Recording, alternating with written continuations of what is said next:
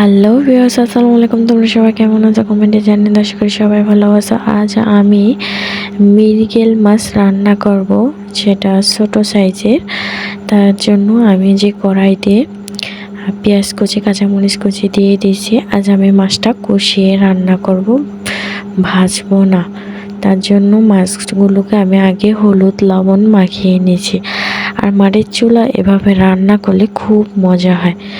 তো এই যে পেঁয়াজগুলো লাল লাল করে ভেজে নিয়েছি। এরপরে আমি এই যে পানি দিয়ে হলুদ গুঁড়ো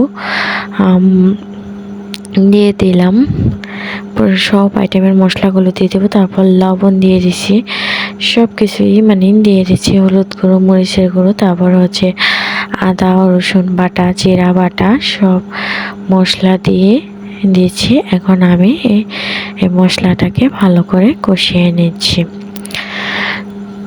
তো এভাবে যে মশলাটাকে কষানো শেষে এই মাছগুলো দিয়ে দিলাম। এই মাছটাকে আমি আগে লবণ হলুদ মরিচের গুঁড়ো মাখিয়ে রেখেছিলাম, যাতে এটা থেকে কোনো আষ্টে গন্ধ না আসে, এই জন্য। তো এটাকে মশলার সাথে মাখিয়ে নিয়েছি। এখন আমি একটু অল্প পরিমাণে পানি দিয়ে দিলাম মাছটা সেদ্ধ হওয়ার জন্য আর ভালো করে কষিয়ে নেওয়ার জন্য।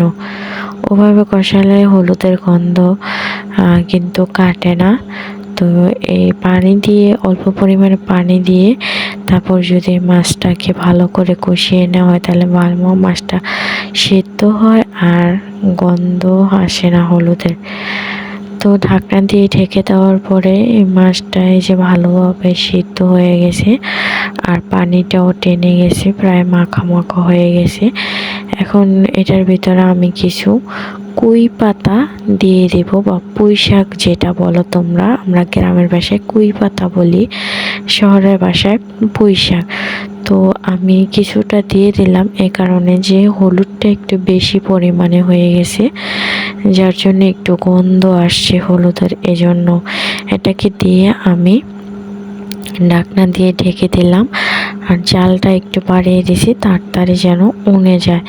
আর মাটির চুলা এভাবে রান্না করতে কে কে পছন্দ করো কমেন্টে জানিয়ে দিও। মাটির চুলা যে কোনো জিনিসই রান্না করো না কেন, খেতে খেতে অনেক অন্যরকম স্বাদ হয়। তো ওই যে এরভাবে পুঁই শাকটা দেওয়ার পরে মাছটার ঝোল একেবারে টেনে গিয়েছিল। তো আমি আর একটু পানি দিয়ে মাছটার ঝোল টানিয়ে নিলাম। ভিডিওটি ভালো লাগলে অবশ্যই আমার চ্যানেলটিকে সাবস্ক্রাইব করে দিও।